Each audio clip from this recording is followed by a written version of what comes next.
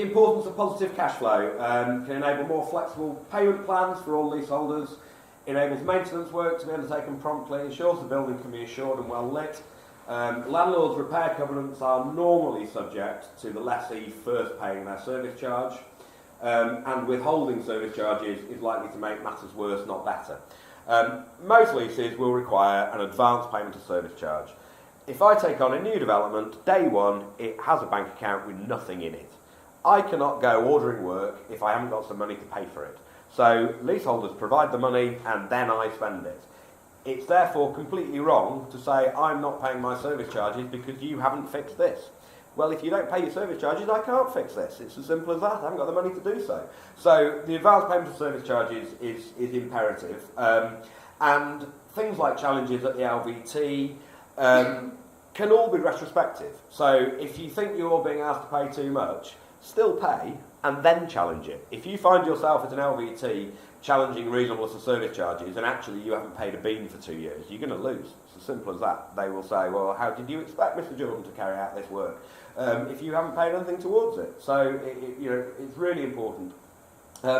Briefly on legal fees, most good leases enable legal fees to be recovered from the party in default. So if I have to sue Mr. Smith for non-payment of service charges, Mr. Smith pays all the costs associated with that. However, there are some leases that don't do that, which means if I have to sue Mr. Smith for non-payment of service charges, regrettably the costs of doing that are going to hit the service charge over here and everyone's going to pay for them. Unfortunately, again, the lease will be what the lease is, and if it says I can recover them from Mr. Smith, I will recover them from Mr. Smith. If it doesn't, everyone at the development is going to pay them. Poor cash flow and bad debt can affect the saleability of your apartment. If there is no money in the pot and you want to sell your apartment, your solicitor and the solicitor acting for the purchaser will be asking those sorts of questions, and if those answers are out of kilter with each other, it will raise questions and possibly could affect the saleability. Consider a managing agent's performance in this area before making an appointment. First of all, if a managing agent has got massive service charge arrears, they're rubbish. Don't appoint them.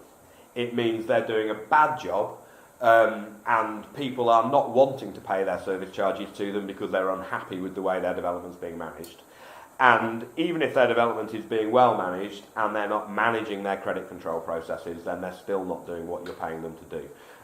I see a big part of our job as being to make sure that everybody who lives at the development pays their fair share. And so I make no apologies for having very, very robust credit control procedures in place. That means if someone doesn't pay their service charge invoice when it's due, we are going to do something about it, and ultimately they're going to get 1 letter, 2 letters, 3 letters, and then they're going to find themselves in court. Is that can you explain that a little bit? What the procedure is this time? What is the procedure when you have something not paying?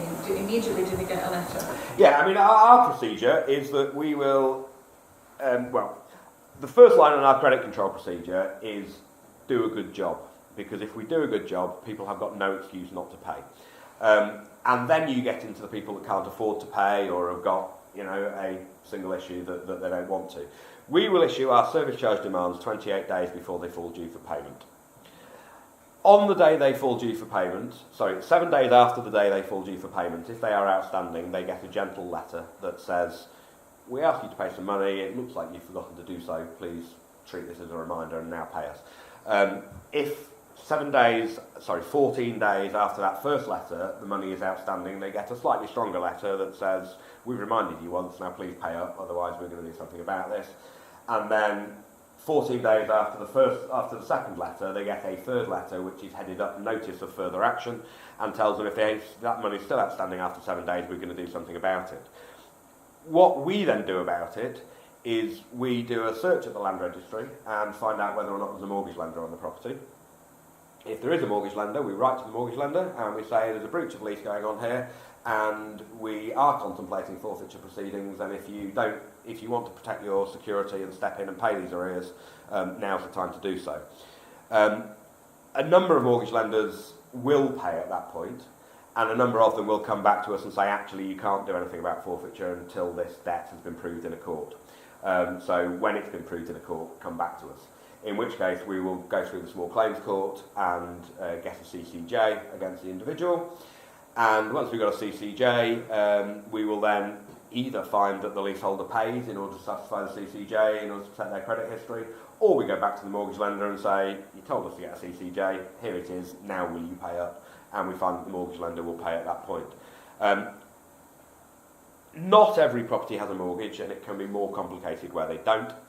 And if service charge arrears are disputed if we issue at the county court and someone files a defence, what then happens is the county court kick it out to the LVT, and you can then find it's 6 months until the LVT actually hear the case and make a decision and all the rest of it. So if there's no mortgage lender or they're defended, it can become more drawn out. But if it's not defended and there is a mortgage lender, there is no reason why debt should be outstanding for more than about 8 weeks.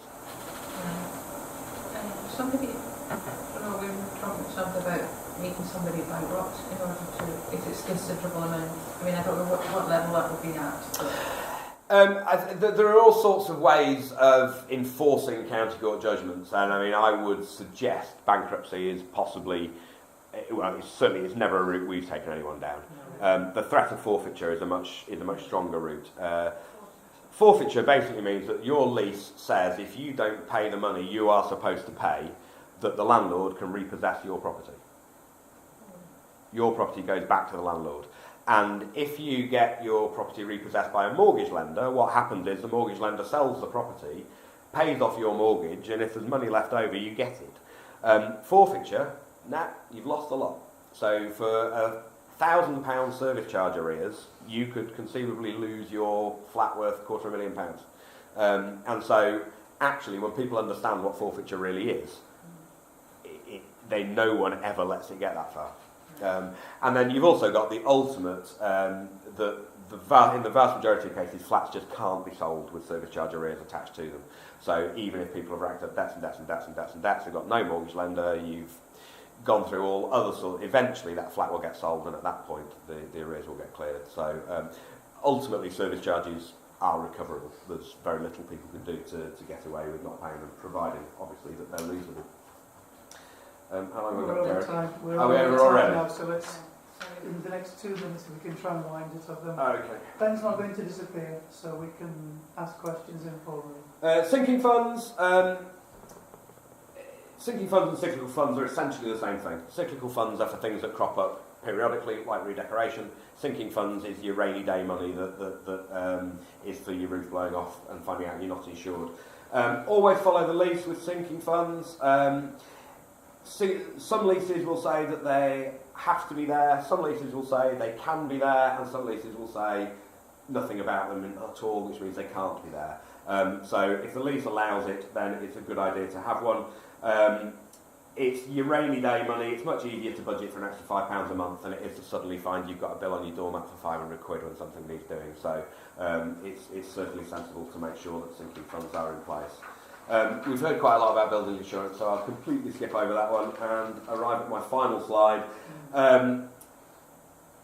Financial accountability, as a general principle, as I've already said, leaseholders supply the money and the managing agent spends it. It's absolutely right and proper that the managing agent has to account to the leaseholders for how they have spent it.